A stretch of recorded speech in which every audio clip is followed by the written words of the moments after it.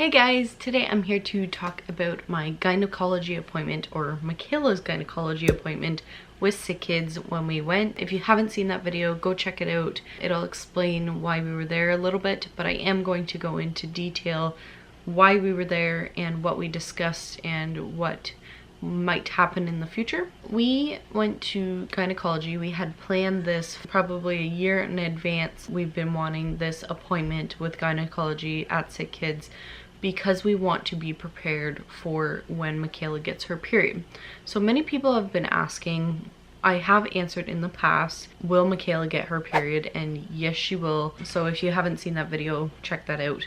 But most women will get their period, whether they have a disability or not. And as for Michaela, she will. I got my period when I was 11 years old, so we want to be prepared that Michaela might get her period at that time.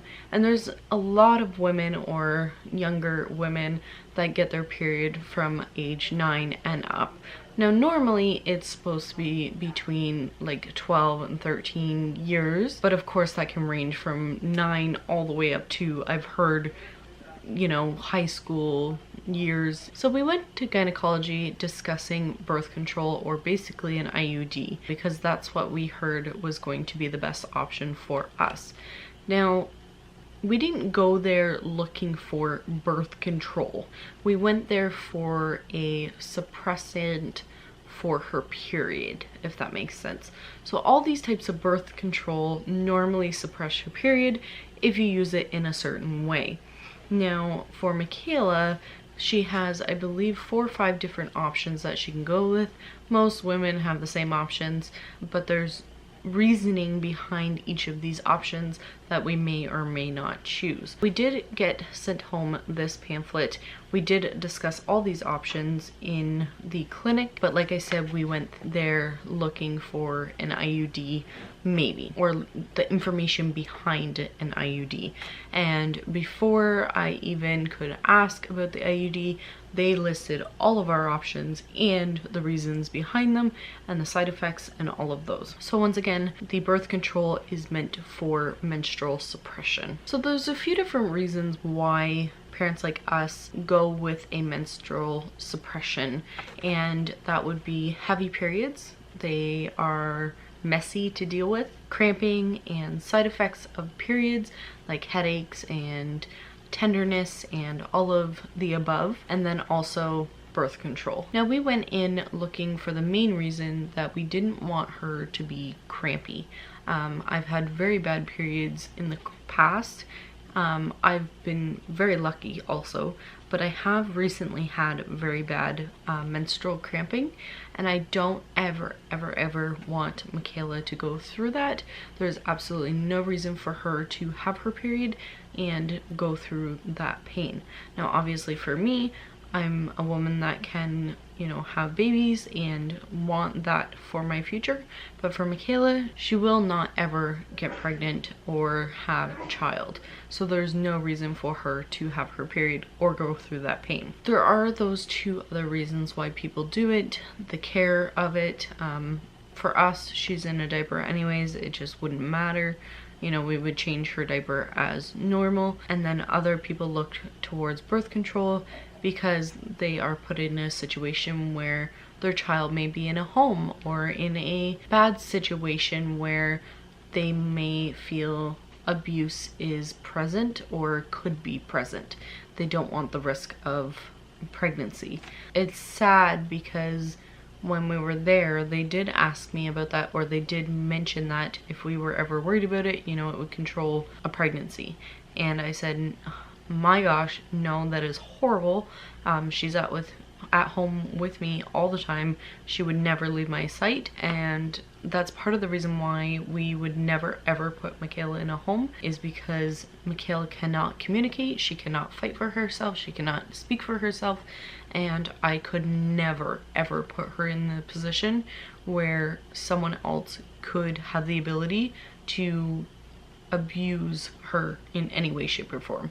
So I know there's you know, parents out there that have absolutely no choice, or they feel that that's the right situation for them, and that's fine. But for me personally, Michaela will never be in the care of someone else. So anyways, now I want to talk a little bit about the 4 different options.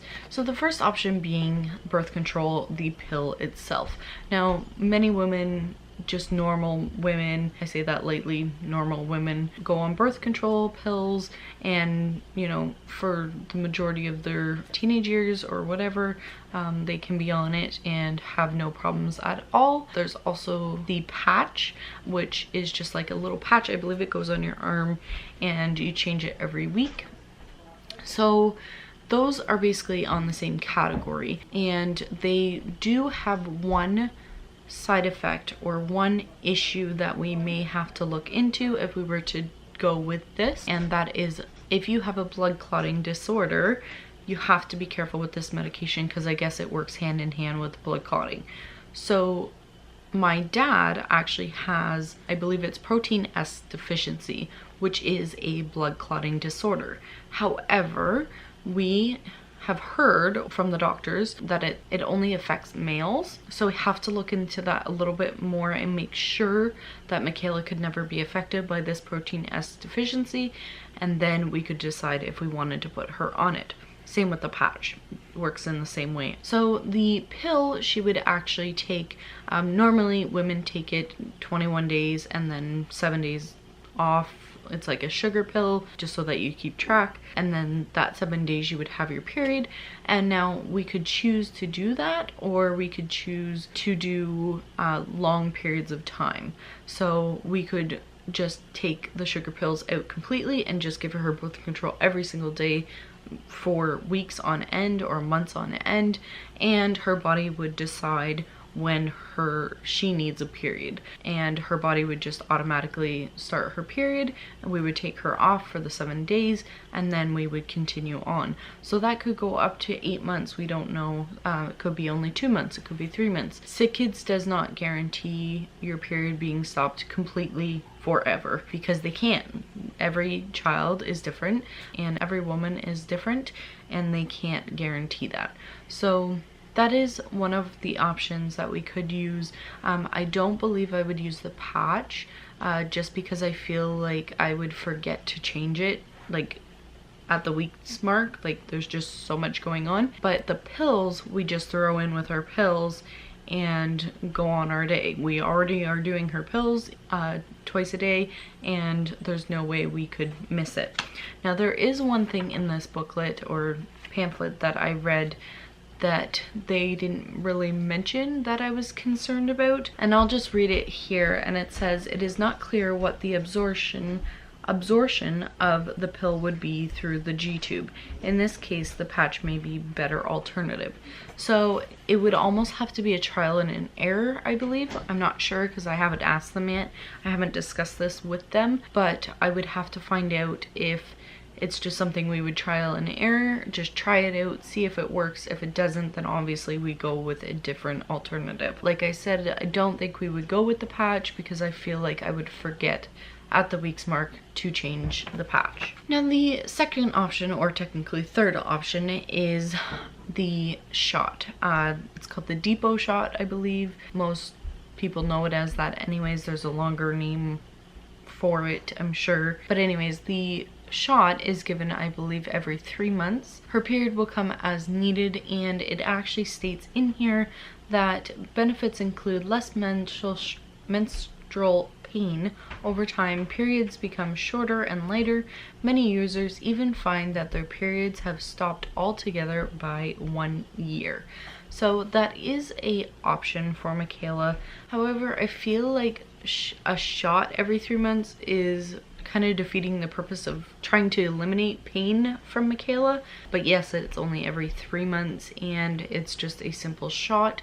I'm not sure how much pain the shot causes, if you end up with bruising and like a sore arm, or if it's just like a quick little shot that, you know, goes away in a couple days. So I would have to look into more of that.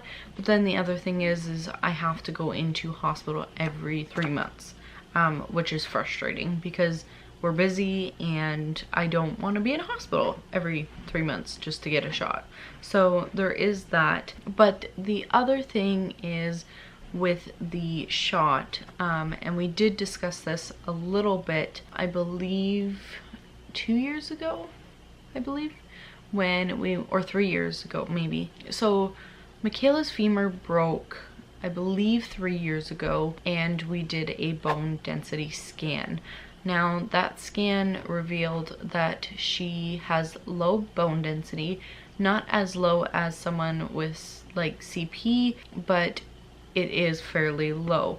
Now the shot will actually affect bone density as well, and they would have to watch that closely if we were to do this shot. We would have to be in close contact between the gynecology clinic and the bone density clinic and make sure that Michaela is getting her vitamin D and calcium to make sure that her bone density stays up, and constantly check her bone density probably every year. Now the last option is the option that we went in there thinking we were going to be discussing, and that is the IUD. Now I have heard a lot of people have very bad experiences with this, and my personal experience is I've had a IUD. It was the copper one, so it wasn't the Mirena one that I believe she would get, but I had no issues whatsoever. I was awake when I got it. I had a little bit of cramping when it was put in, a little bit of spotting when it was put in, and my periods pretty much stayed the same for the whole 5 years that I had it. I believe it was 5 years. I think it was about 4 maybe. When I got it out, I waited, I believe, a month before I was going to get pregnant with Damien, and I got pregnant right away. So that is my experience with an IUD, and that is why we were leaning towards the IUD. I feel like it's such a simple thing. You put it in, you don't have to worry about it for 5 years, and that's it. But it does make me skeptical hearing all of your guys' stories and experiences with the IUD, because some of those experiences I would not want Michaela to go through. And also the biggest concern that I have with the IUD is the insertion. They have to sedate her to put it in, and I'm not sure that she would do well with a sedation. So that is my biggest concern with that. So I believe those are all of our options, our 4 to 5 options about what we can do to help with her period. And it's not even to help with the bleeding itself, but more the cramping and side effects of having your period. Once again, I've had my period not very nice a few times here and there, and I wouldn't want Michaela to ever go through that. So that is why we wanted to get in there as soon as possible before her period starts, so that way we could make a decision, educated decision, and be comfortable when the time comes to do whatever it is we need to do. So gynecology did say that she would have to get her first period before we decide to do anything, or we can decide, but before we actually do anything, and that is because they need to know that she actually did get her period, which is fair. And I don't think one period is going to hurt her. I remember my first period, I don't think I was crampy. I just remember being terrified that it was happening. So I don't think she'll have that. It's just her instinct. And it's just what's supposed to happen to your body. So I'm not too worried about that. So yeah, I hope that it explained a little bit more in detail on why we went to gynecology for that reason. And it's definitely not because she needs birth control for pregnancy reasons. It's because we want a menstrual suppression to lessen her periods as much as possible. So I will let you know, I guess, an update on when we've decided what we're going with, because we don't know exactly. Like I said, we wanted an IUD originally, but I am actually leaning towards the birth control, I believe. Kyle and I still have to discuss this and go through our options and come up with our best reasoning to choose one or another and have a backup plan as well. So yeah, if you learned something new in this video, give it a thumbs up, subscribe to my channel if you haven't already, hit that notification bell so that you get my videos as soon as they come out, and I will see you next time. Thank you so much for watching. Bye guys.